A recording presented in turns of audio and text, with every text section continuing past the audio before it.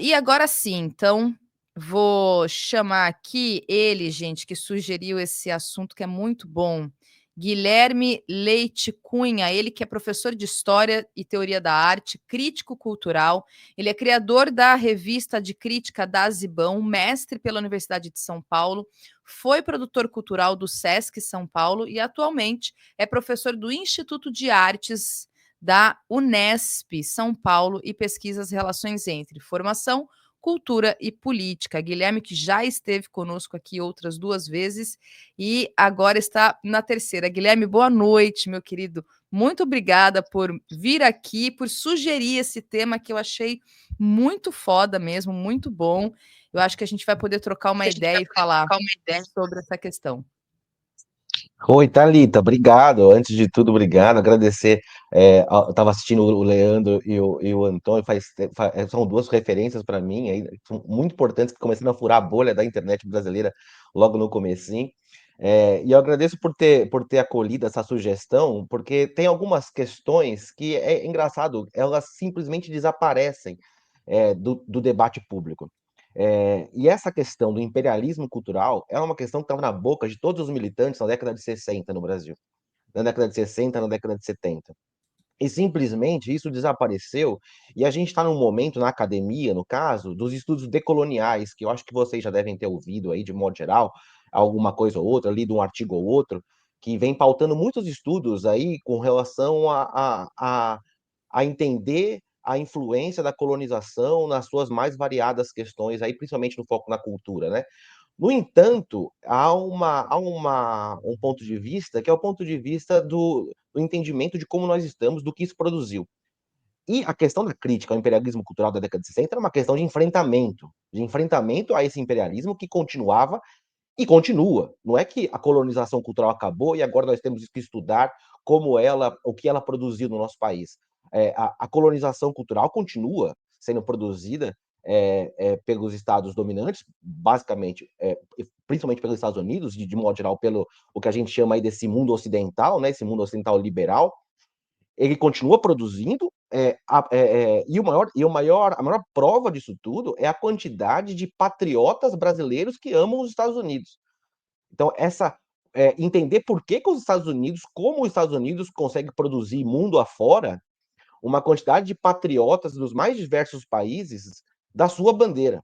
E agora a gente está num momento fundamental, muito propício, onde isso é, é exibido, é jogado na cara da gente, é, desse imperialismo, como o próprio Lula disse, esse termo muito importante, ele dizer, você não é imperador.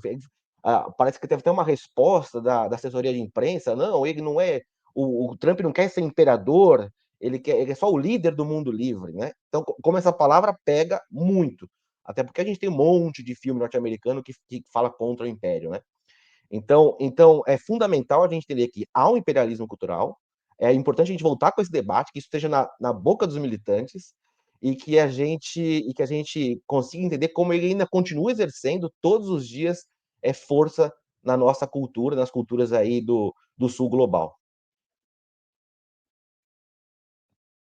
Muito bom, Guilherme. E aí, para começar, então, essa nossa conversa, enfim, dá para começar de diversas maneiras, né? Mas eu queria. Primeiro, Thalita, um brinde, sextou aí, Ah, sexta-feira sextou, meu maravilhosa. querido. É isso aí, ó, muito bom. É água, viu, gente? Tem gente falando aqui no chat que não é água sim. Isso é uma felicidade natural, não tem teor alcoólico ainda, mas mais tarde terá. Então, Guilherme, antes até da gente entrar, e aí foi engraçado, né? Porque quando eu fui pensando na nossa conversa e das coisas que você trouxe, até o texto que você me enviou, eu me lembrei de um livro que eu li. É um livro já antigo, se eu não me engano, ele é do final dos anos 80. Eu li ele, eu tinha uns 15, 16, uns 16 anos, mais ou menos. No máximo 16, 17, ou seja, faz mais de 20 anos isso. Mas esse livro me marcou muito, até inclusive pela linguagem fácil de ser entendido. Eu era adolescente, né? E é um baita livro, viu, gente? Até procurei aqui, eu vou falar mais sobre ele, que chama-se A Invasão Cultural Norte-Americana. E eu vou falar, a gente vai falar mais sobre ele, mas eu me lembrei dele porque eu acho que tem tudo a ver. E você me falou de outros livros também que a gente vai falar mais sobre isso. Só que antes eu queria pedir para você falar no seu texto, né? O texto que você enviou, você disse sobre um tripé que está ali dentro desse processo de imperialismo estadunidense no campo da cultura. E esse tripé que você diz é indústria audiovisual, agências de notícia e, mais recentemente, redes sociais e tecnologias. Queria que você abordasse um pouco mais, falasse sobre esse tripé. O que vem a ser exatamente a partir, acho que, das ferramentas, né, de como esse imperialismo no campo da cultura é implementado. Esse livro é super importante que você mostrou. Eu te mandei o Como Ler o Pato Donald, que é um outro livro super importante da década de 70, que ele exibia o que estava por trás dos discursos de simples desenhos infantis do Walt Disney. Mas o fato é que, na década de 60, a gente teve um fato histórico que parece que foi uma virada com relação à discussão sobre imperialismo cultural, e aí eu vou chegar nesse tripé a partir disso. Que é o seguinte: a gente teve, não sei se todo mundo já ouviu falar, da Marcha contra as Guitarras Elétricas. Isso aconteceu em 1967. A Elis Regina capitaneou essa marcha, o Gilberto Gil estava ali na linha de frente dessa marcha. E, basicamente, a gente tinha no campo da cultura uma militância comunista muito forte, muito, muito atrelada a essa tradição de redescobrir a cultura popular brasileira. Então, a gente estava num momento histórico onde esses comunistas eles queriam dar voz ao povo trabalhador, que imagina, década de 50, 60, esse povo nunca foi ouvido. Então, a gente tem Jorge Amado, a gente tem uma série de humanistas, críticos, enfim, que estão tentando dar vazão a isso. Quando você tem a indústria cultural chegando a partir da década de 50, você tem uma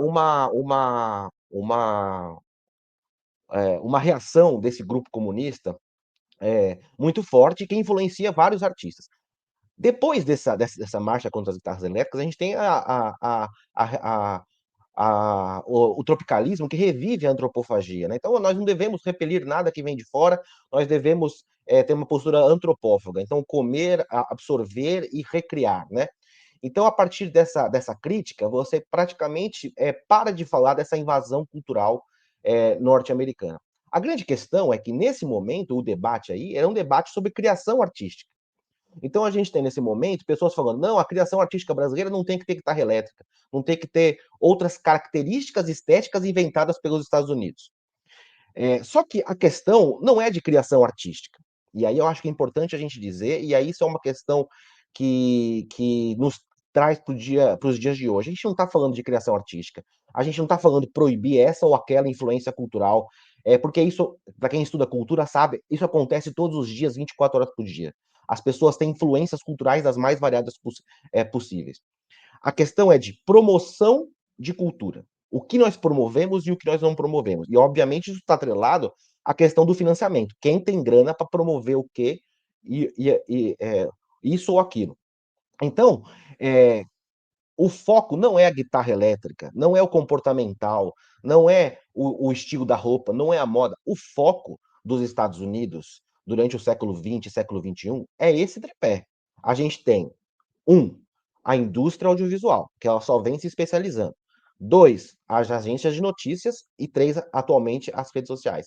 Vou falar sobre o primeiro, a indústria audiovisual. A gente tem uma história que está para ser contada, que é a história da ilusão.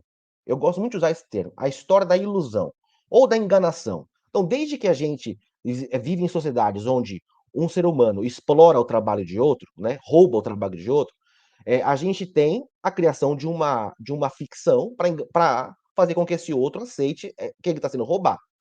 Então a gente tem, desde a Idade Média, é muito curioso fazer essa linha do tempo, a produção de imagens. Na Idade Média, uma pessoa comum, um trabalhador rural, ele via, durante a sua vida inteira, 2 ou 3 imagens durante a sua vida. Ele ia lá numa cerimônia, numa missa, ele via um quadro, ele via um outro num batizado, de repente, num desfile do rei, ele via outra imagem. Essas imagens tinham um poder absurdo de criar narrativas. Por isso que na Idade Média, virando para o Renascimento, os reis e as igrejas contratam a preço de ouro todos os grandes artesãos, pintores, que naquela época eram chamados de imageiros, produtores de imagem, porque eles perceberam que a imagem tinha a capacidade de criar ilusões. A perspectiva, que a gente vê aqueles quadros do Renascimento com perspectivas perfeitas, que traziam verossimilhança, nada mais eram do que uma tecnologia de ilusão. Então a pessoa via aquele quadro e falava, nossa, o nosso rei é foda mesmo. O nosso rei fez aquilo, matou fulano, matou ciclano, o nosso Jesus fez isso, fez aquilo, a igreja é muito foda. E isso vai se desenvolvendo, as tecnologias de verossimilhança para criar ilusão, num crescendo até hoje. O do século XX se chama Indústria Audiovisual dos Estados Unidos e seus efeitos especiais. Eles criaram filmes que são absolutamente é, é, é, produtores de verossimilhança e criadores de ilusão. Então, isso é muito importante, porque as pessoas comuns, elas, desde aquela época, elas enxergam algo que é muito real e acreditam. A gente tem um passo além hoje, que o PT usou agora recentemente, a inteligência artificial, que é um passo além da produção de ilusão, de verossimilhança. E aí o que acontece? Os Estados Unidos percebem no século XX que a indústria audiovisual é a ferramenta, a arma cultural mais poderosa de transmissão ideológica. E aí eles colocam milhões, bilhões e bilhões de dinheiro nisso, para construir algumas coisas em termos de imperialismo cultural. Eles querem construir o modo de vida deles, falar assim, o nosso modo de vida aqui é impressionante, é incrível, esconde os pobres, esconde as desgraças, só mostra o que é bonito. O consumo, comprem nossas coisas, e grandes narrativas de vida. Os Estados Unidos criou, quer dizer, ele não criou, mas ele massificou a narrativa do herói. Né? O herói como esse símbolo, essa pessoa individual, esse indivíduo que enfrenta as mais diversas dificuldades e vence. Essa é a grande construção ideológica do imperialismo cultural norte-americano. Só que, para além disso, ele cria identificação. Tem uma teórica jornalista libanesa que eu gosto de citar, porque ela é completamente outsider. Ela escreve no Cradle. Quem não conhece o Cradle, The Cradle é uma fonte, é uma agência muito boa, tem artigos muito bons, que é a Sharmini Narwani. A Sharmini escreve, ela usa um termo muito interessante que é ferramentas de identificação. Então, a indústria audiovisual, que vai do cinema clássico até as séries, minisséries, videogame, toda a produção imagética das redes sociais, ela cria ferramentas de identificação. Então, as pessoas ao redor do mundo, elas se identificam com os Estados Unidos. E isso é produzido diariamente. Isso é produzido diariamente. E aí, os comunistas, a esquerda radical, precisam urgentemente entender isso. O governo da esquerda moderada, da centro-esquerda do Lula, por exemplo, eles talvez entendam isso, mas super falham em incentivar e promover o cinema nacional, as produtoras nacionais, as produtoras de esquerda, inclusive, o capitalismo nacional nessa área, né? Então, você tem aí, embora a gente tenha um fato histórico de vários outros países, que diverge de vários outros países, que é o Globo, por exemplo, né? Que produzindo conteúdo nacional acaba fazendo frente a isso, embora ela repercuta todas as narrativas capitalistas também nas suas produções. Então, a indústria audiovisual é muito importante. Os radicais precisam urgentemente construir alternativas com relação a isso, porque a gente tem uma questão importante na área da cultura e da comunicação. E aí eu acho que vocês, jornalistas, vão entender muito bem. Quando a gente tem um padrão de comunicação, não adianta eu vir com outro padrão de comunicação. Um exemplo é, eu tenho uma embalagem de sabão em pó dominante no mercado. Ela usa azul e vermelho. Se eu for fazer algo que é roxo e laranja, eu não vou conseguir chegar próximo. Então, geralmente, você tem esse padrão de comunicação dominante, você imita no primeiro momento para depois criar uma identidade própria. E essa é a questão. Se eu faço algo tosco frente ao padrão de comunicação barra cultura que está estabelecido, as pessoas não se interessam. O aprendizado é o da China. Tecnicamente, eu tenho que ser superior ao que o capitalismo produziu. Em todas as áreas. A China vai lá, imita, iguala e supera. Imita, iguala e supera. No âmbito da cultura, é a mesma coisa. Eu vou fazer uma novela comunista, eu tenho que fazer minimamente, tecnicamente igual. Como é que eu vou fazer isso? Eu tenho condições materiais? Eu não tenho condições materiais? E aí, no âmbito da produção audiovisual, a gente tem um exemplo muito interessante que aconteceu recentemente, que tem a ver com esse mito do imobilismo, que até um companheiro escreveu aí no chat, que existia, que por conta da correlação de forças, o governo não consegue avançar em pautas de esquerda, né? Isso é dado. Só que, há 20 anos atrás, eu concordo. A gente ia produzir uma peça audiovisual, a gente precisaria de uma puta grana para fazer algo com o padrão da Globo, digamos assim. Se eu fizer mais tosco, eu não tenho credibilidade. Agora não. A gente está num momento de troca de tecnologia que, por conta da inteligência artificial, que tem o intuito de ganhar dinheiro, aí eu vou fazer um pequeno parênteses. Estou falando muito aqui, mas eu vou encerrar essa pergunta, desculpa. Que é, a inteligência artificial do Vale do Silício norte-americana, ela precisa ser combatida em termos econômicos, porque ela é uma caravela pirata. Que isso fique bem claro. Ela não é uma tecnologia de artística. É uma caravela pirata. Em que sentido? Ela está indo no mundo inteiro roubar trabalhos medianos. Então, o que antes eu pagava um ilustrador, eu pagava um roteirista, eu pagava alguém mediano para fazer algo mediano, eu estou agora assinando o chat GPT para fazer para mim. Esse dinheiro que ia para o meu vizinho vai lá para a Califórnia. Então, é uma tecnologia de expropriação de dinheiro. Por isso que é fundamental a gente ter, assim como a gente tem a Petrobras, a gente ter uma IABRAS. Se o governo está fazendo isso, os comunistas precisam, a esquerda radical precisa começar a pautar isso. Porque é uma tecnologia de expropriação de dinheiro. A gente não pode deixar ir para fora. A gente tem que produzir aqui, para esse dinheiro depois ser redistribuído. Então, é, fechando parênteses. Contudo, a gente está num momento onde a tecnologia está dando possibilidade para qualquer um produzir algo que, em termos de técnica, iguale o que é produzido pelas grandes produtoras audiovisuais. Mais rapidamente, com um custo ridículo. O PT pegou, a esquerda, de modo geral, com relação ao Congresso da inimigo do povo, ao Congresso das elites, ao Congresso da direita, produziu 2 dias de vídeos de IA, 2 dias, só precisou de 2 dias, e assustou a burguesia nacional.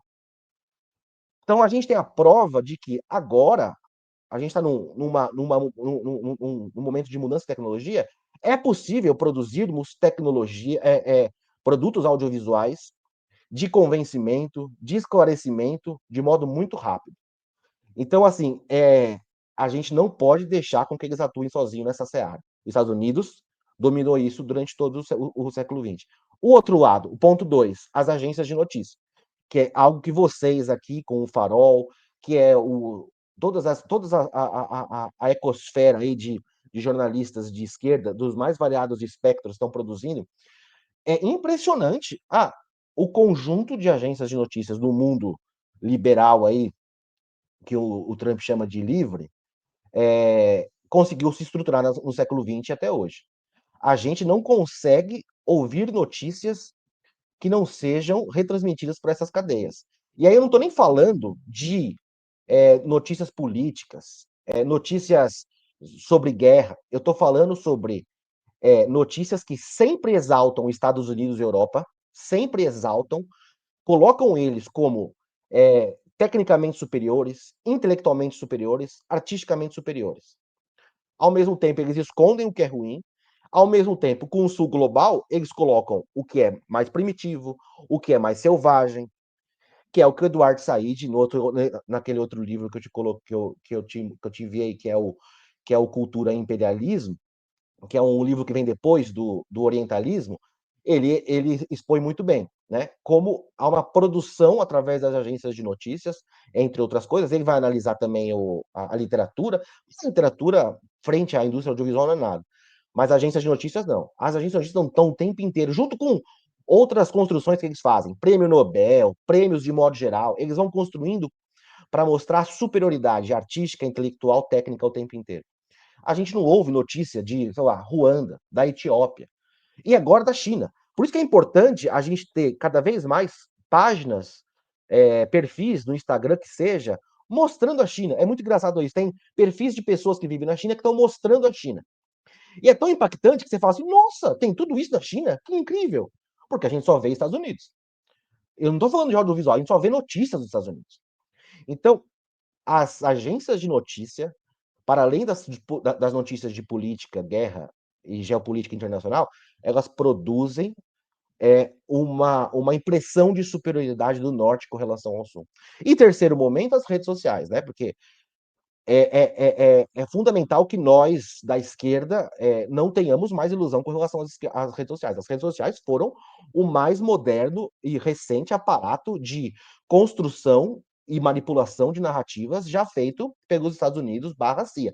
Por isso que a chantagem que o Trump fez com os Bolsonaro é metade com relação ao Bolsonaro, outra metade com relação às redes sociais. Porque eles sabem o poder que são as redes sociais. Você tem um monte de estudioso que está estudando a influência das redes sociais nos golpes da década de 10, né? Na Ucrânia, no Brasil, no norte da África, no mundo árabe, porque é um instrumento de manipulação. Então, esse tripé, óbvio que esse tripé vai para a moda, vai para as artes visuais, vai para a dança, vai para a música, vai para todas as áreas onde eles conseguem colocar dinheiro. Mas esse tripé é o que faz com que as pessoas sejam seduzidas até hoje pelos Estados Unidos e queiram ser patriotas dos Estados Unidos.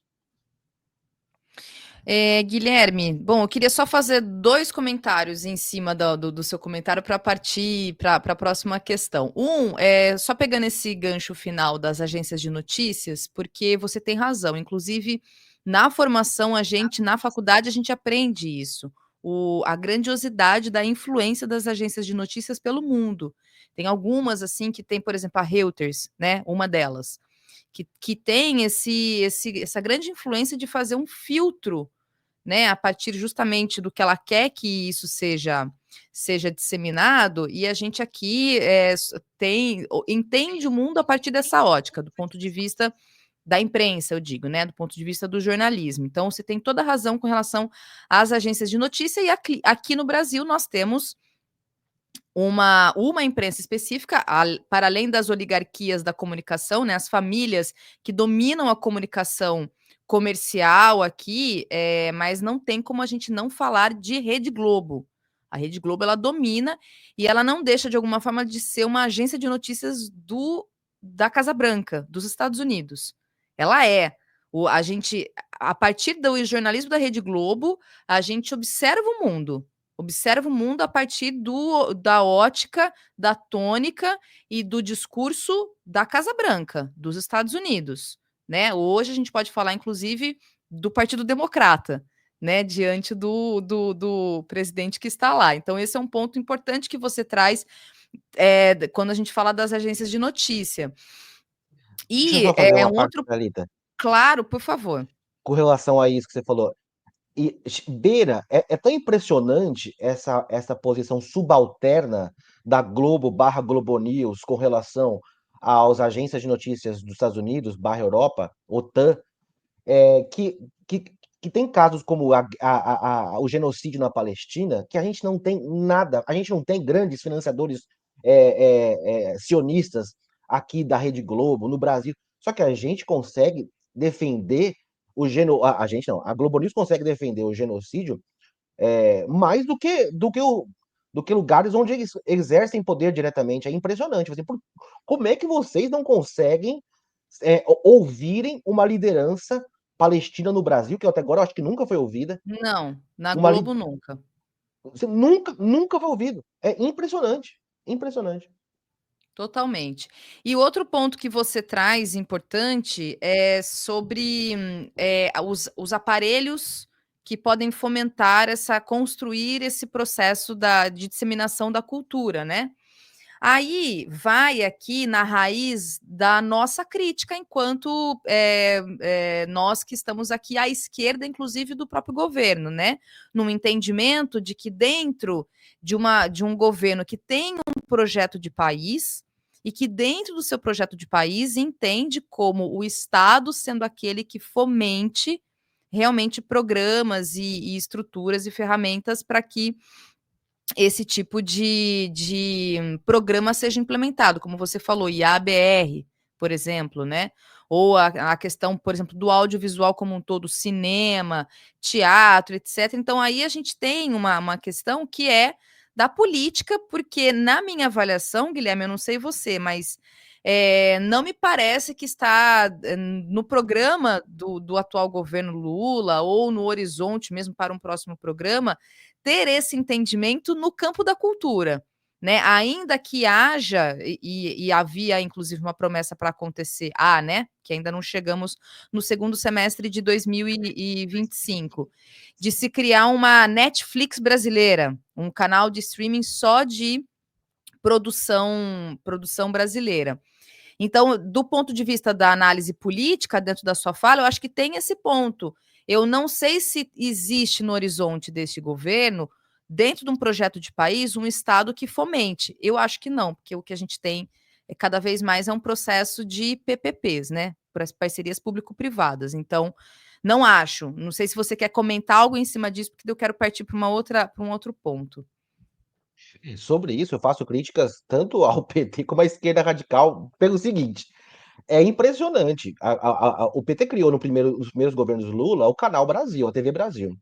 Você tem lá uma estrutura de funcionários públicos, inclusive, que faz greve contra o governo, de esquerda, porque não paga direito, porque não estrutura direito. Então, ainda não há no petismo, na centro-esquerda, uma compreensão da importância da guerra cultural como centralidade no debate político-ideológico contemporâneo. A gente está aí, vendo Steve Bannon pautando a questão das sanções norte-americanas no Brasil. Steve Bannon, que é um ideólogo cultural da extrema-direita. E aí a gente tem já uma ferramenta que foi criada e não é potencializada, que já devia estar produzindo minisséries, tinha que estar produzindo streaming, tinha que estar brigando, mas óbvio, tem que brigar em termos, no mínimo, tecnicamente iguais, porque senão é jogar dinheiro fora. Porque senão é jogar dinheiro fora. Se eu não faço minimamente igual, para depois ser superior, que é o que a China nos ensina, eu vou estar jogando dinheiro fora. A gente precisa urgentemente, então, o PT precisa urgentemente entender que a guerra cultural é central da disputa de política ideológica contemporânea. A extrema esquerda também, porque a extrema esquerda não pauta a construção de uma espécie de BBC brasileira, mesmo que seja a retomada da TV Cultura, que foi praticamente destruída pelos últimos governos tucanos. A gente, no caso da inteligência artificial, tem que estar brigando pelo uma IA nacional. No caso das redes sociais, a centro-esquerda está tentando fazer a regulamentação delas. A gente tem que estar brigando pela expulsão delas do país, que é o que a China fez. São instrumentos de manipulação política, simplesmente. Simplesmente. A gente tem que estar brigando para a construção de uma alternativa nacional. Não temos condição financeira? Tem a China. A gente chama a China para fazer parceria para a ferrovia e não chama a China para fazer parceria na área da cultura / comunicação? Temos que chamar, já que se a gente não tem dinheiro. Mas é importante que a esquerda radical, a gente tem que expulsar as redes sociais. Brigar por isso. O governo vai fazer acordos, que é a característica desse governo. Agora, a gente tem que mostrar para as pessoas como as redes sociais são um instrumento de manipulação política já há 10 anos. Isso estudiosos todos já comprovaram. Não temos que ter mais ilusão. Então, eu acho que é importante os mais diversos nuances fazerem a sua autocrítica e entenderem a centralidade da guerra cultural e a luta contra o imperialismo cultural que eles estão exercendo diariamente com a gente. Muito bom. Bom, e aí, seguindo então, até para dialogar um pouco com a segunda parte do seu texto que você me passou, que você diz, né? Não estamos falando de influências artísticas e estéticas sobre os nossos artistas, mas estratégias culturais. Eu queria colocar, Guilherme, aqui só um trechinho para eu ler junto desse livro que eu mencionei, né? O Invasão Cultural dos Estados Unidos. Diz o seguinte, olha só, aqui é o comecinho, a introdução que no livro está apresentando, então, como é que... apresentando o livro, né? Como é que eles vão mostrar vários pontos, vários aspectos da influência cultural dos Estados norte-americana. E aí tem um trecho, Guilherme, que acho que dialoga bem com o que você disse no começo da sua fala, inclusive, que diz o seguinte, olha só. Vou até destacar: gostaríamos de deixar bem claro que nossas denúncias e críticas não são endereçadas ao povo norte-americano, mas ao processo e tática de dominação exercidos pelos Estados Unidos em nosso e em outros países periféricos ou em desenvolvimento. Essas denúncias teriam sido feitas da mesma maneira se fossem ingleses, franceses, russos, belgas, italianos, japoneses ou quaisquer outros os invasores culturais em nosso país. E aí segue: reconhecemos que chegam até nós muitas coisas boas da cultura dos Estados Unidos. Sabemos respeitá-las, apreciá-las e incorporá-las ao nosso cotidiano. Não desejaríamos eliminá-las de nossa vida. Ao contrário, somos a favor da intensificação do intercâmbio cultural do Brasil com o maior número possível de povos e nações, mas de modo que todos possam participar em igualdade de condições como beneficiados e como colaboradores no processo de trocas de práticas e experiências da comunidade humana universal. O que questionamos, muito mais do que propriamente a qualidade da cultura importada, é o exclusivismo ou a hegemonia dos modelos norte-americanos e sua adoção sumária pela nossa população, sem chances de adotar postura crítica ou processo de reelaboração em prejuízo tanto da produção brasileira como das de outras nacionalidades. E aí segue, tá, gente? Eu não vou ler tudo aqui, mas acho que esse trecho, Guilherme, dialoga bem com o ponto que você trouxe, e aí é isso que eu queria te ouvir. Da questão do imperialismo em si e esse seu tentáculo dentro da cultura, a sua avaliação nesse sentido, né, que muito bem coloca, né, nesse trecho do livro, a exclusividade, ou seja, a gente, em geral, o que a gente tem de cinema? Para ficar num exemplo, o cinema, a gente tem maciçamente a produção de Hollywood, maciçamente, no geral, para a população. Isso constrói uma elaboração sobre visão de mundo e também de imaginário. Porque, por exemplo, se você pega uma classe média, no geral mesmo, assim, que tem o Miami como um horizonte, que tem os Estados Unidos como esse grande objetivo, tem também dentro do seu imaginário essa coisa de ser um soldado indo para a guerra. Vou dar um exemplo em cima disso. Tem um piracicabano lá da minha cidade que foi para a guerra da Ucrânia, daí tem fotos dele, esses dias eu vi nas redes sociais, ele todo paramentado, que ele vai lutar lá na guerra da Ucrânia. Na primeira coisa que eu pensei, além da chacota, eu falei, bom, ridículo. Eu falei, cara, esse tipo de pessoa, o que deve ter visto de filme de sessão da tarde, filme de cinema, que ele sequer pensou, por exemplo, em servir ao seu país. Sabe? Ele pensou porque é essa ideia dessa construção de um soldado, então a construção de um imaginário.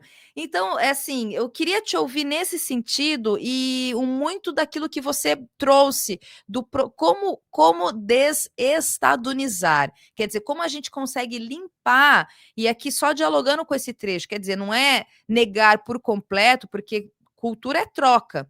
Você sabe disso, enfim. Até queria te ouvir sobre isso. Cultura é troca. Mas o que a gente tem é uma estratégia imperialista, que tem isso, né? Que tem os Estados Unidos, a gente tem uma boa parte da nossa população brasileira defendendo, por exemplo, que o presidente dos Estados Unidos nos ataque. Porque tem uma boa parte, não é todo mundo que está concordando com o presidente Lula atualmente. Tem gente que de fato acha que o Trump está certo em colocar a taxação, em fazer os ataques que faz contra o judiciário. Então, quer dizer, o que é isso, assim, né? Qual que é a sua avaliação nesse sentido, só para ficar nesses exemplos que eu trouxe? Eu acho que são muitas coisas. Pior que eu não acabei não anotando, você vai me relembrando, Thalita. Tá bom. Primeiro, sobre o militarismo, esse é mais uma das características da indústria audiovisual norte-americana, né? É impressionante como a gente aceita na sessão da tarde um militarismo absurdamente violento, uma normalização disso, né? Eu assistia Rambo quando era criança e torcia pro Rambo sem saber que ele era o cara filho da puta, que ele tava ali matando as pessoas que eram justas, que estavam lutando por sua liberdade. Só que a gente nunca. Aí, qual é a questão? A gente nunca assistiu um filme da guerra do Vietnã do ponto de vista dos vietnamitas. Será que já foi produzido? Será que o problema é que nunca chegou aqui? Enfim, mas a questão do militarismo muito bem lembrado. O problema e aí falando em termos marxistas mesmo, a indústria e o nível de investimento que os Estados Unidos fazem na produção de cultura, e aí não importa se é cultura de massa, cultura de vanguarda, cultura artística, o que quer que seja, ele faz, ou se é agência, ou se é notícia, ou se é produção de notícia, ele faz com que esse produto seja muito barato para exportação e ele esmaga os mercados nacionais. Então, é impressionante como tem um jornalzinho aqui em Ribeirão Preto que reproduz uma notícia que foi criada lá na Inglaterra, que foi criada lá nos Estados Unidos, porque a notícia chega muito barata. Ela chega e as pessoas vão reproduzindo. O audiovisual nem se fala.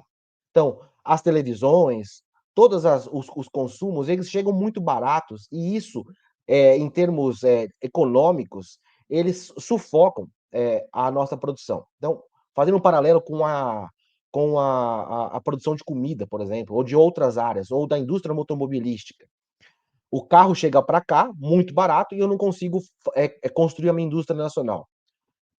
Aí, para continuar no exemplo da indústria automobilística, eles estão putos com a China, porque a China está conseguindo fazer um carro mais barato e está chegando aqui e vai ferrar com a indústria norte-americana e europeia.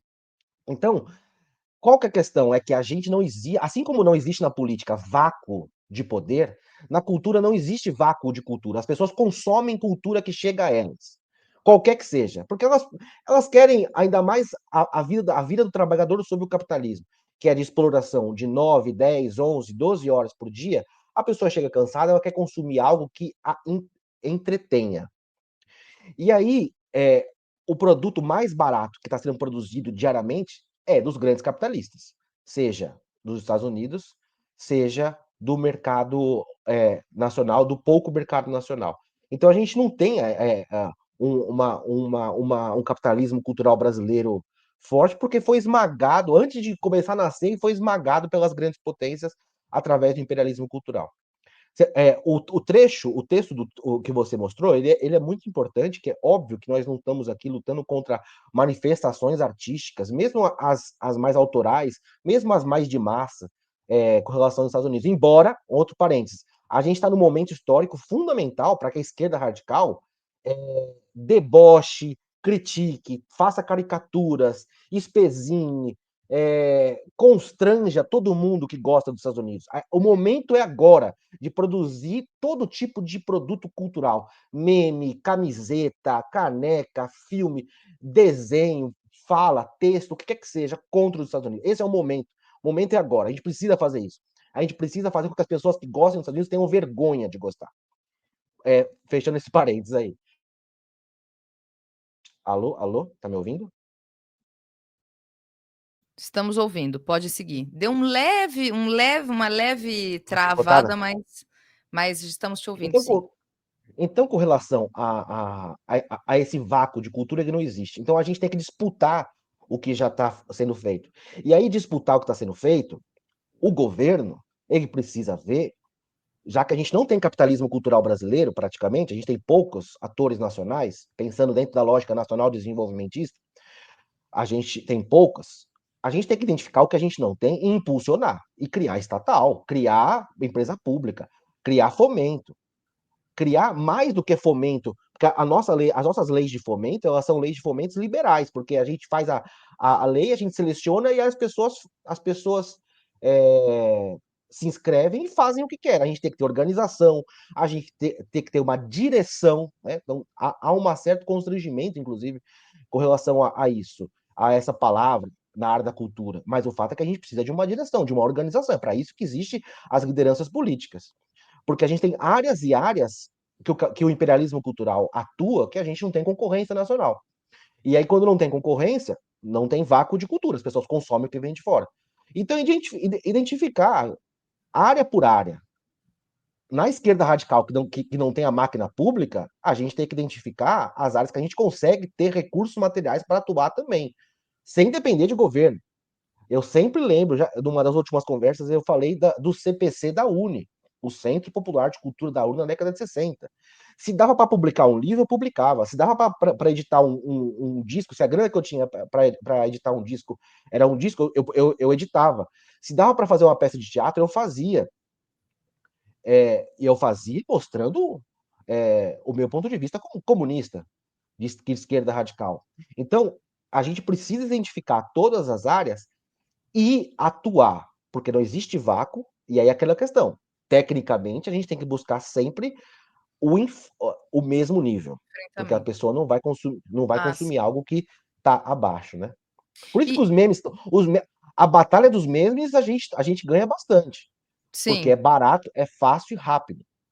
E não estou menosprezando, eles são um veículo de cultura, comunicação muito forte hoje em dia. E agora os vídeos de inteligência artificial.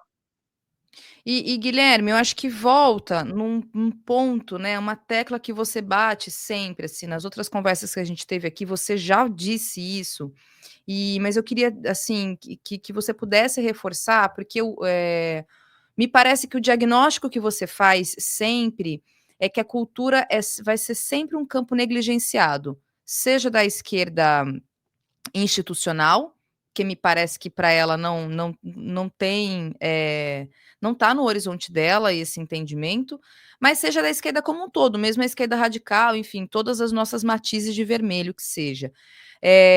Você acha que é isso? Você acha que a cultura ela sempre vai ficar num campo mais secundário, mais paralelo, mais algo que quase como um acessório? Um apetrecho, assim, e quando, na verdade, e na minha avaliação, pelo menos, eu creio que você também pense dessa forma, ele tinha que estar no campo central do enfrentamento ao imperialismo, à burguesia, enfim, a tudo isso que a gente quer enfrentar e sabe que precisa enfrentar? A gente pensa parecido. Eu uso o termo da Charmini. A gente precisa entender que a cultura produz ferramentas de identificação. São ferramentas de identificação que os Estados Unidos usam o tempo inteiro para fazer com que esse imbecil vá lutar numa guerra que não tem nada a ver.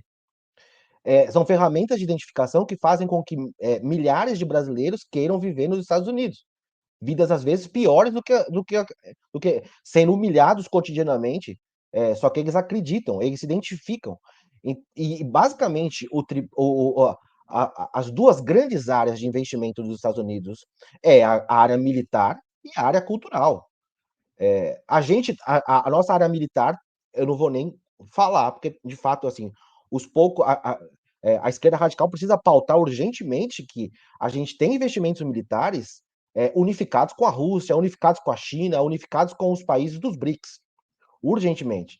Então, precisamos incrementar, precisamos discutir, inclusive, a bomba, o armamento nuclear, né? Como o próprio Jones Manuel sempre lembra disso, porque a gente acabou de ver o Israel bombardeando o Irã porque quer, simplesmente isso. Então, assim, de um lado, o poderio militar. Tudo bem que as nossas Forças Armadas são contaminadas e dominadas ideologicamente pela extrema-direita. Mas do lado cultural, onde nós não temos esse domínio ideológico da extrema-direita, a gente precisa investir. Pelo amor de Deus. É esses dois pés que os Estados Unidos mostraram durante o século XX que eles dominaram o século inteiro. Então, a gente precisa criar ferramentas de identificação. Tem uma crítica que foi feita ao stalinismo, ao sdanovismo, do dirigismo cultural russo, que nunca foi bem resolvida aqui na inteligência de esquerda brasileira. Nós não podemos dirigir a cultura, os artistas têm que ser livres. Então, tem uma dominância desse pensamento liberal da liberdade dos artistas. Mas não se trata de criação de artista, se trata de impulsionamento, financiamento, promoção. A gente tem que mostrar, exibir, criar condições materiais dessas nossas discussões aparecerem e serem utilizadas como ferramentas de identificação para a luta política. Aí sim. Mas, Guilherme, você não acha que, por exemplo, já a extrema-direita, ela de alguma forma ela já entendeu, não sei se totalmente consciente, mas ela já entendeu que ela pode pegar elementos da cultura e dominar, se apropriar? Eu estou dizendo isso por quê? Porque nós temos o agro relacionado com esse novo sertanejo, o sertanejo agro, que domina uma gigantesca parte do nosso país e que está completamente atrelado a bolsonarismo, extrema-direita, agro, música sertaneja. Então, eu não sei, me parece que a extrema-direita entendeu muito melhor que a gente. Eu inclusive, porque parte, inclusive, Inclusive, do nosso campo olha com preconceito e com preconceito elitista mesmo, assim, né? Enquanto que, por exemplo, mês passado, em junho, o Bolsonaro, esse aí, estava no segundo maior rodeio do país, o rodeio de Americana, estava lá. Então, quer dizer, eu não sei, me parece que de alguma forma é, a extrema-direita entendeu como a cultura nesse sentido, completamente deturpado, porque daí a gente tem um debate colocado, né? Estou dando o exemplo da música sertaneja, porque ela foi apropriada. A música sertaneja não nasce desse jeito que é agora. Ela tem outras raízes, é uma raiz afro-indígena, inclusive, né? Ela vai tomando o caminho e virou essa coisa que a gente sabe. Mas eu acho que me parece que a extrema-direita entendeu. A extrema-direita, com essa burguesia ligada ao agro, e que já fez esse caminho de alguma forma. E a professora Carla Souza trouxe um outro exemplo aqui. Essa produtora, a Brasil Paralelo, que é uma outra ferramenta de dominação ideológica da extrema-direita, com as suas mentiras, com suas peças documentários e peças de revisionismo histórico mais rasteiro possível, e que também cumpre esse papel de alguma forma do lado de lá, sabe? Então, nesse ponto, eu acho que a extrema-direita já tá na nossa frente, me parece, sabe? é importante falar que o Olavo de Carvalho citou várias vezes Gramsci, né? Então, quem tiver a possibilidade, leia Gramsci, que é um grande teórico comunista italiano, que discorre em vários textos seus sobre a hegemonia cultural. E o Olavo de Carvalho era um grande leitor de Gramsci e traduziu isso para a extrema-direita. E o Brasil Paralelo é filho disso, né? Eles perceberam em algum momento, aí no começo do século XXI, que eles precisavam a extrema-direita, porque a direita liberal sempre produziu, né? A extrema-direita nazia, fascista, percebeu que precisava atuar no campo da cultura. E o Brasil Paralelo é um grande exemplo de uma ocupação de um lugar com os recursos que eles tinham, embora tenha grandes financiadores capitalistas aí, tenha muito dinheiro, mas o fato é que eles perceberam que eles precisavam explicar o mundo com as mentiras deles. Mas o fato aonde que eu acesso vídeos populares, bem feitos, contando a história nossa, a história dos comunistas, a história dos trabalhadores, a história da esquerda no Brasil? A gente não tem a produtora de vídeo de documentários do MST, do PT, da CUT, da UNE, de qualquer organização que tenha talvez um pouco de dinheiro para poder fazer isso. Então a gente precisa é, é, é, atuar nesses vácuos que não existem com os recursos que a gente tem. Porque, de fato, um bom começo é ler Gramsci. A outra possibilidade é dimensionar os recursos que a gente tem e atuar, porque não existe vácuo de cultura. As pessoas vão consumir cultura que tem acesso. E aí é isso. Eles investem no sertanejo absurdamente e a gente não investe no sertanejo socialista. A gente poderia estar investindo no sertanejo Então, socialista. Eu gosto de fazer esse paralelo, Thalita, não lembro se eu falei aqui da outra vez, porque a música regional da América Latina, o caso da década de 70, o Partido Comunista Chileno financiou toda a produção fonográfica da música regional comunista chilena. Inti Limani, Quilapayún, Vitor Jara, Violeta Parra, eles não passavam pelas empresas da burguesia, eles eram financiados pelo Partido Comunista Chileno. E até hoje, se vocês ouvirem Mercedes Sosa, Atahualpa Yupanqui, na Venezuela, Soledad Bravo, a música regional fala o tempo inteiro de luta de classes, dos trabalhadores. A nossa música regional, que é uma ferramenta de identificação fortíssima, porque toda a nossa camada suburbana que tem os pais que cresceram no campo tem identificação com a sonoridade, com a tradição rural sertaneja. E aí, esse daí é um exemplo de um vácuo de atuação nosso. Precisamos financiar, fomentar o sertanejo socialista, por exemplo. Não, perfeito, eu assino embaixo, porque, eu vou ler aqui alguns comentários que foram chegando de superchat, mas você tem toda a razão. Primeiro para trazer a legitimidade, só para ficar nesse exemplo, né. Segundo, porque legitimidade nesse sentido, porque o sertanejo em si, ele nasce desses homens e mulheres que estão cantando, estão compondo e estão cantando as questões da sua vida, do seu modo de vida, que é do campo, das lutas do campo, das suas relações de afeto, inclusive. Né? O que a gente está vendo hoje tem inclusive um termo usado que chama-se agronejo. E aí as pessoas que cantam as letras, que são, enfim, péssimas, é de uma gente que nunca deve ter sujado a mão de terra na vida. Que dirá, entende? Então não tem absolutamente nada a ver com o que a gente entende de sertanejo e com as lutas do povo que se debruça realmente sobre a terra e que alimenta o nosso povo. Então eu concordo contigo e é por isso que eu faço críticas assim em relação à grande parte da nossa galera que olha com repulsa e que não, porque a gente não vai aproximar, a gente precisa se aproximar porque são pessoas que estão nesses espaço. Bom, você está no interior de São Paulo, então você sabe também como é isso, que elas consomem esses produtos todos, que não é só a música, né, é uma indústria toda, consomem, e a gente da classe trabalhadora. Então, você, criar um estereótipo, sabe, trazer alguns preconceitos em relação a isso, você afasta. Você estrategicamente, você precisa, primeiro, entender a história, da onde vem, e, a partir disso, fazer esse processo mesmo, construir essa proximidade, né, e dizer que isso é Brasil, inclusive. É até uma forma porque, por exemplo, grande parte do sertanejo, ele vai se deslegitimando, porque é mais gente que quer se identificar com o cowboy dos Estados Unidos, que é uma coisa que não tem nada a ver. O sertanejo, inclusive o termo sertanejo é de sertão, não é nada mais Brasil que isso. E o que se tem hoje é essa estética que não é nossa, não é Brasil, é Isso mais Estados Unidos. é um dos braços que precisa de se desestadunizar urgentemente.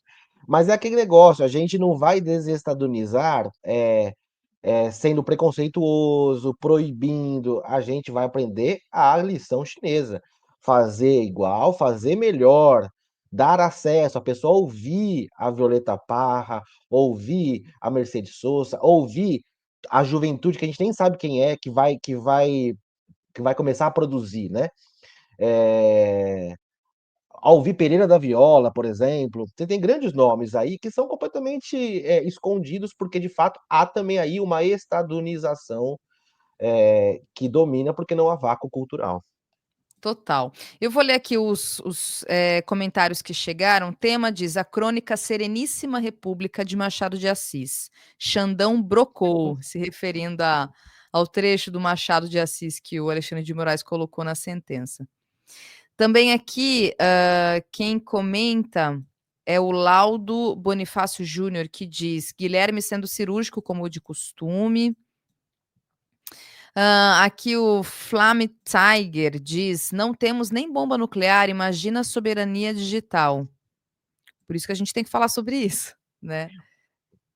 Então, falar, colocar as palavras, colocar as discussões é o primeiro movimento, né? A gente precisa estar falando de contra o imperialismo cultural, a desestadunização, o IA brasileiro, a rede social brasileira. Esses são os primeiros passos. A gente precisa falar disso, porque nem fala, se não falar, as ideias não. Você falou do imaginário, a construção do imaginário é o primeiro passo e é fundamental.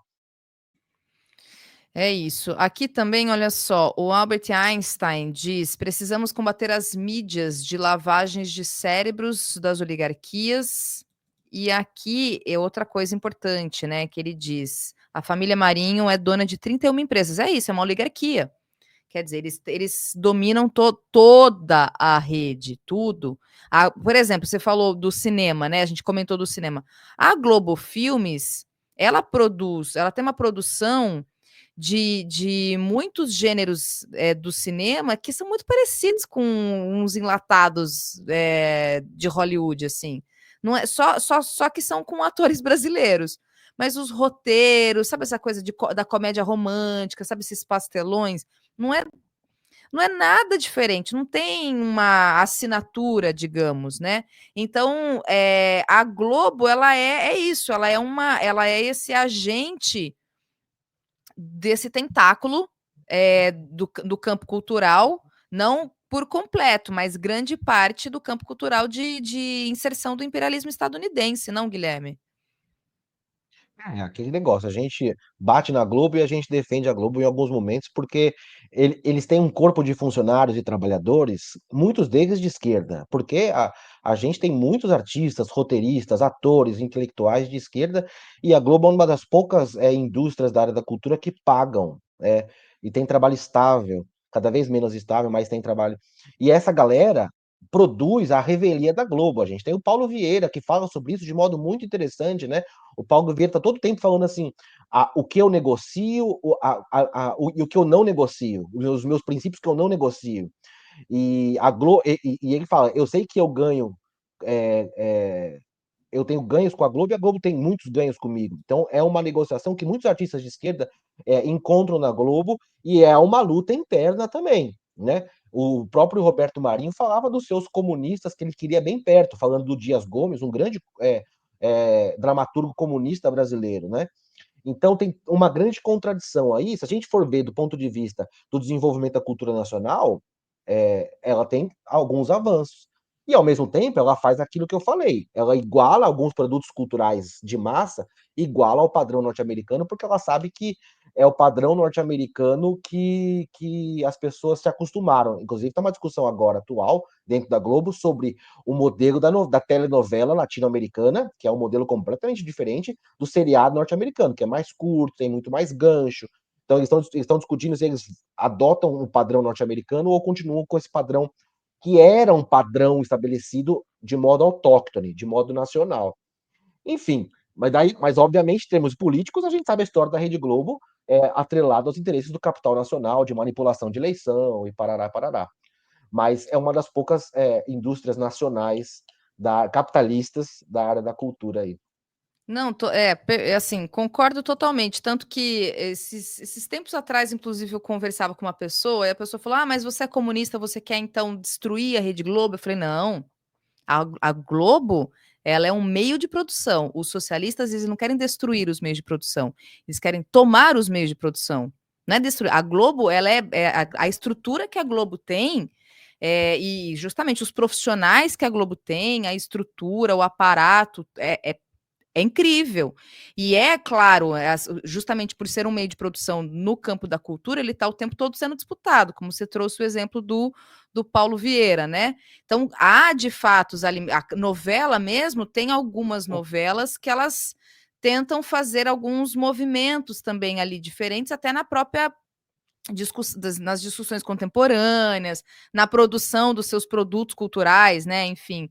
Então, realmente, assim, você tem toda a razão. Acho que tem essa promoção de algumas ideias, e é importante, inclusive para discutir, debater alguns assuntos que estão colocados na nossa realidade, no cotidiano. Mas é isso, é sempre lembrar. Eu sou uma consumidora da Globo, eu falo, mas eu sou noveleira, os produtos que a Globo tem são bons, tem essa novela nova Guerreiros do Sol, alguma coisa do Sol, não lembro o nome. Minissérie, né?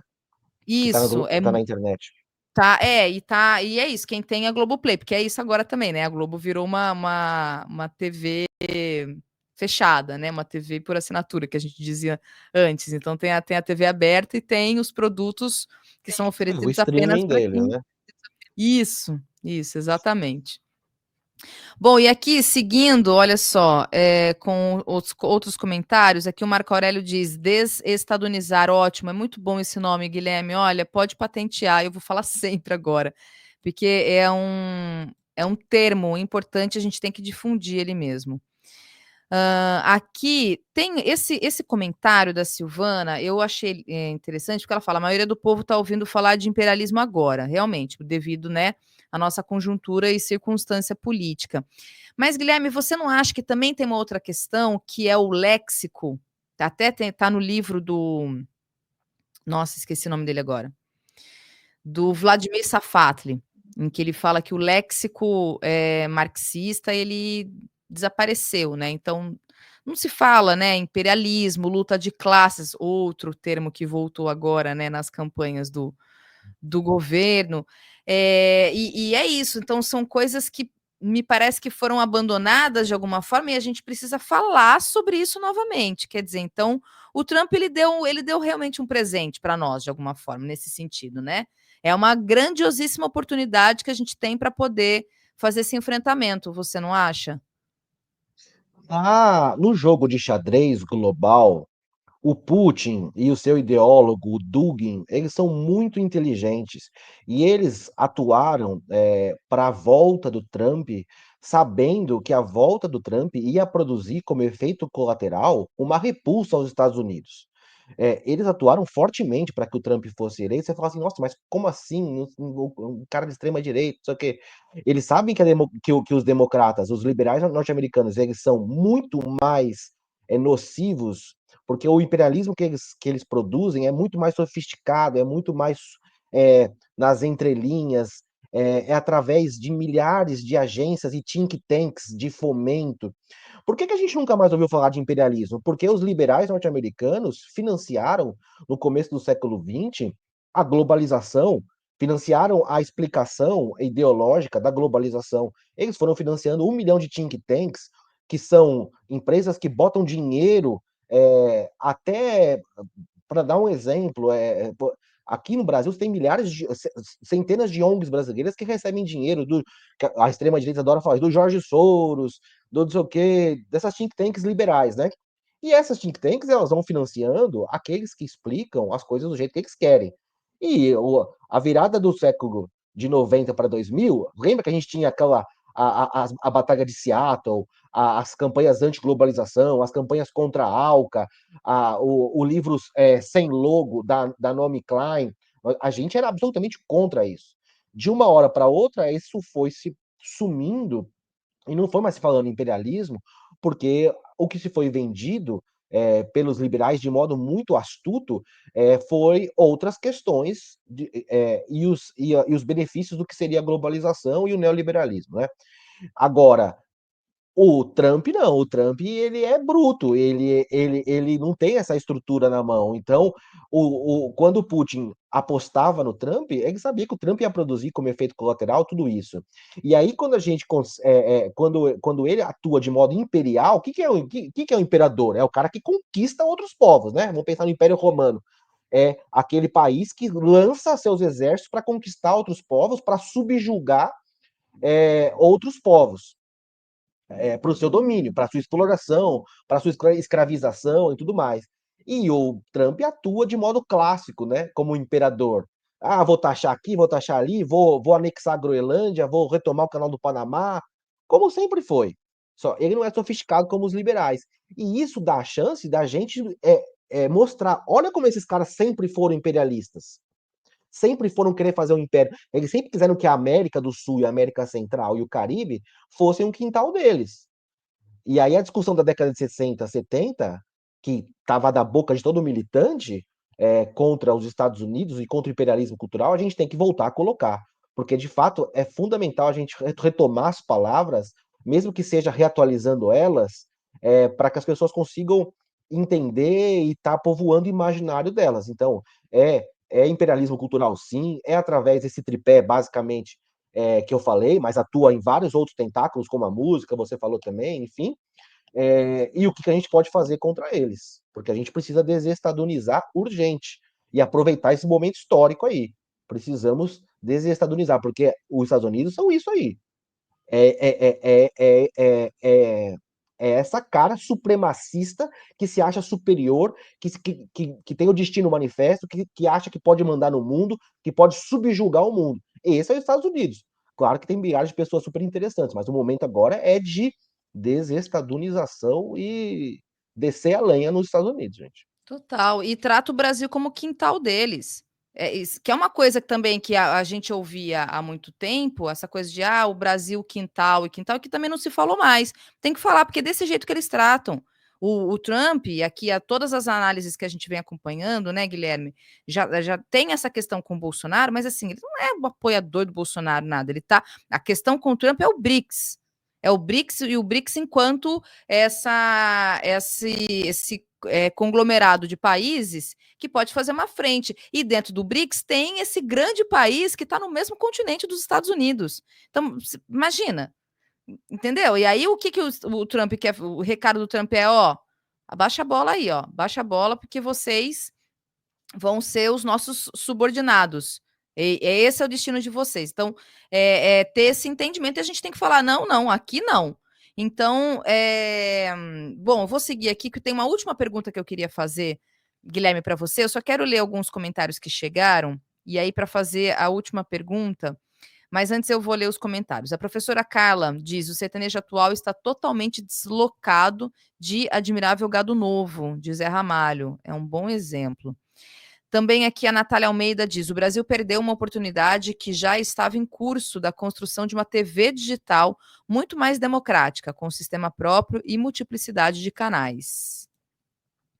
Aqui também Com a certeza. Beatriz falando: temos que desestadunizar nossos ouvidos e olhos. Se você quiser fazer um comentário em cima dos comentários, pode me interromper, viu, Guilherme? Não tem problema, não. E aqui o Rodrigo Marcolan também falando: a esquerda radical precisa de produtos culturais. O Próprios, Cláudio exatamente. O Cláudio Callahan diz: o problema é que quem é de esquerda, e ainda mais extrema esquerda, não tem dinheiro para produzir nada. A iniciativa que Jones teve é incrível, mas veja a dificuldade que vocês enfrentam sempre. Realmente, ter dinheiro no capitalismo é um grande diferencial, tá? E o poder da Brasil Paralelo, né? Que é, porque tem muita grana para Mas poder tenhamos, promover o ódio. como os chineses, tenhamos paciência e entendamos que o tempo histórico precisa ser mais dilatado. Isso, o canal do Jones, o próprio Jones e outros atores da esquerda radical, nascendo agora, surgindo agora, isso é o surgimento de algo que vai redundar daqui a alguns anos em algo muito importante, em algo muito importante.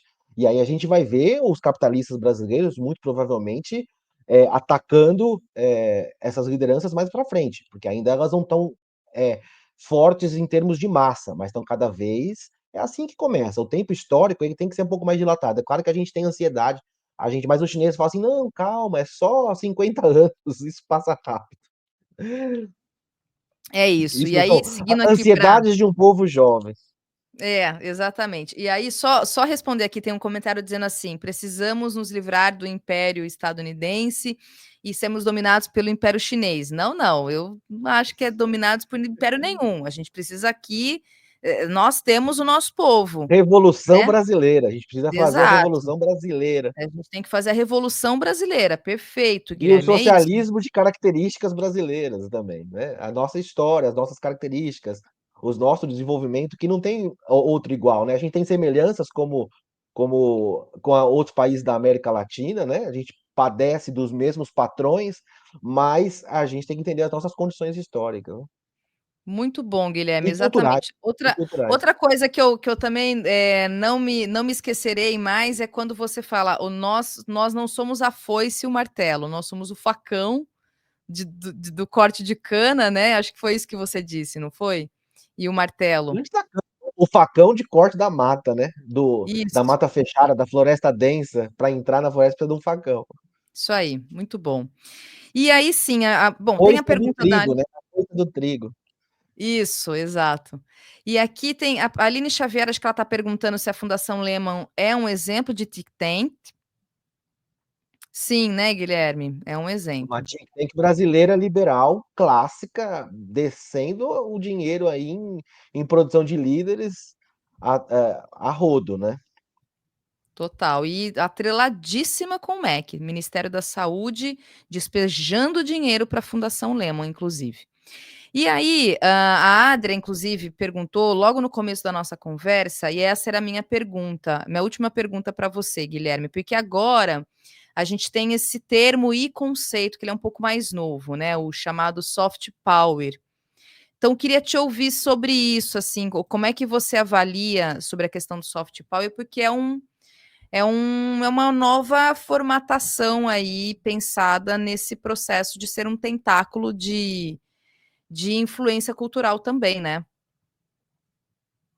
Sim, sim. Não, então a gente até tinha discutido numa outra conversa, né? Tudo isso que eu estou falando se traduz em soft power, né? Como o termo criado pelo Joseph Nee, que ficou popularizado, até teve uma crítica de um, um companheiro falando que é um termo também importado, que de fato é um termo importado, mas ele funciona, as pessoas entendem. E os liberais atuam fortemente com o soft power, né? O Trump não. A gente está vendo agora que o Trump não atua tanto nisso, né? É mais hard power, né? Mas tudo isso que a gente está discutindo agora, essa produção de notícias, que às vezes não é nem sobre política, é sobre qualidade de vida dos Estados Unidos, isso é puro soft power. É muito curioso, por exemplo, como na própria esquerda a gente demoniza a experiência venezuelana. Então, que é algo que a gente precisa entender. A experiência venezuelana não é uma ditadura, é uma hegemonia socialista que foi construída lá pelo Chávez e pelo Maduro. O que é hegemonia? Hegemonia e aí não tem nos termos gramscianos. Eles têm influência no judiciário, eles têm influência na mídia, eles têm influência no Congresso, eles têm influência na área da cultura. Que é o quê? É o que a gente tem. A gente sempre teve isso, só que em termos liberais. Os liberais sempre tiveram influência no Supremo, sempre tiveram influência na mídia, sempre tiveram influência no Exército, sempre tiveram influência no Congresso. Eles têm aqui no Brasil a gente tem uma hegemonia liberal. O que a Venezuela conseguiu construir é uma hegemonia socialista. Não tem nada a ver com ditadura. E aí é muito louco, né? A gente desconhece a Venezuela, a gente não acha que tem cultura, a gente não acha que tem lugares maravilhosos, a gente não acha que tem experiências muito interessantes. Por quê? Porque não é nem falado. O outro boneco caricato é a Coreia do Norte. Outro dia o Kim Jong-il inaugurou um balneário, tipo um Termas de Olímpia, um beach park lá na Coreia do Norte. E aí você fica assim, gente, isso existe?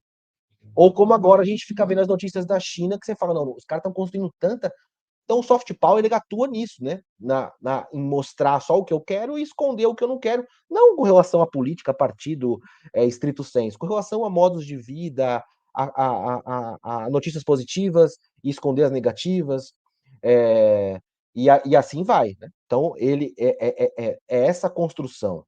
E aí o tripé atual que os Estados Unidos usa muito é redes sociais. As redes sociais, por exemplo, ela é um canal de construção de identidade, de construção de interesses, de construção de grandes narrativas, de grupos. Então, as redes sociais, as agências e o audiovisual é esse tripé atual de construção do soft power. Quando precisa do hard power, os Estados Unidos manda bala para onde ele quiser, né? Quando o soft power não funciona, eles utilizam do hard power aí. Exatamente. Guilherme, mais uma vez te agradeço muito, muito pela sugestão do tema, da pauta, por vir aqui se disponibilizar, vir nessa sexta-feira auspiciosa, inclusive, né? Porque tivemos essa notícia Eu aí vou daqui a do pouco no bar, eu vou daqui a pouco no bar onde o Sócrates brasileiro tomava uma aqui em Ribeirão Preto, comemorar, porque a gente precisa comemorar, porque o que aconteceu é um ícone da extrema-direita fascista brasileira sendo pré-preso, né? Com a tornozeleira eletrônica. É fundamental que a gente fale aos quatro ventos isso, que a gente demonize, que a gente crie caricaturas, tanto desses fascistas brasileiros quanto dos Estados Unidos. Maravilhoso. E aqui, antes do Guilherme ir embora, então, vou responder o Rodrigo perguntando a referência dos livros. A gente falou do A Invasão Cultural Norte-Americana, aí também falamos do Para ler o Pato Donald, de Comunicação de Massa e Colonialismo, e também o Cultura e Imperialismo, do Eduardo Said, que, como o Guilherme disse, ele vem depois do Orientalismo. Assim, eu não li esse do Cultura e Imperialismo, esse aqui também não cheguei a ler inteiro, li só uns trechos, é muito legal. E eu posso falar daí com propriedade do Invasão Cultural Norte-Americana. Inclusive, gente, na internet, você compra baratinho, tem em sebo, porque como ele é um livro mais antigo, tem, acho que se eu não me engano, teve uma segunda edição mais recente, não é nem essa capa, eu acho essa capa mais bonita, inclusive, mais simbólica, digamos, É mas boa. né, é muito boa, porque esse PDF que eu consegui, que eu li um trechinho, é uma outra capa. Mas eu posso dizer desse, como eu disse, gente, eu li, eu era adolescente e foi um ótimo livro. Então é uma linguagem simples, vale muito a pena, assim, embora isso, é um livro de mais de 30 anos, né? Então tem ali as referências todas, lembrem que é preciso fazer as devidas atualizações, mas ainda assim vale muito a pena. E se você quiser comentar, Guilherme, desses dois, o Cultura e Imperialismo do Said e o do Pato Donald também, que você recomendou, fica à vontade. O do Pato Donald é super interessante, porque ele vai fazer uma leitura da produção da Disney com relação a isso, né? Os modos de vida, tudo que tá ali entrelaçado na história do próprio Pato Donald, do Tio Patinhas, todo aquele modo de vida americano traduzido em desenho. É que hoje em dia, eu acho que tem exemplos de desenho até muito mais eficientes do que o próprio Pato Donald. Mas o Walt Disney, de modo geral, ele foi utilizado, né? A criação do Zé Carioca, né? Como uma Sim. ferramenta de identificação, né? Naquele momento da década de 40, com o Brasil. Então ele vai explorar tudo isso, vai mostrar como atrás de meros desenhos que parecem simples, os Estados Unidos atuou em termos ideológicos e de construção de poder. O Eduardo Said faz isso e ele usa como exemplo a literatura, principalmente, né? Como os autores britânicos. E aí o foco do livro do Said, obviamente, é o Oriente Médio, que eu acho que aí tem a questão um pouco mais pesada, que é a questão da demonização do mundo oriental, de modo geral, por parte do mundo ocidental, né? Então você tem a construção de... que é isso que a gente vê hoje em dia, né? É uma construção de demonização que faz com que as pessoas possam ser massacradas na Palestina e ninguém do mundo europeu e norte-americano das autoridades, né? Se revolte, faça alguma coisa. A gente tem o povo, muita gente atuando contra, as universidades dos Estados Unidos atuando contra, mas a construção do mundo oriental, e aí principalmente depois da década de 70, com a crise do petróleo, parará, aí o Said vai se debruçar sobre isso daí também. Enfim, são dois livros, são três livros clássicos que eu acho bem, para quem se interessar, mas é isso, a gente precisa, inclusive, ter produção teórica atual sobre o imperialismo cultural atual, que a gente, de fato, não tem. A gente precisa retomar essa discussão, entender esse tripé, entender as atuações, entender o que são as redes sociais como ferramenta de manipulação descarada, agora descarada, né? No começo a gente achou que não era, mas hoje todo mundo sabe. Enfim, a gente precisa de mais produção. Tá bom, Guilherme, vá então agora para o seu final de semana, vá ao bar, curtir, tá todo mundo feliz. E é isso. Muito obrigada mais uma vez, até uma próxima, que certamente teremos mais conversas e discussões. Valeu, querido. Até mais. Obrigado, Thalita. Valeu. Tchau, Até. tchau.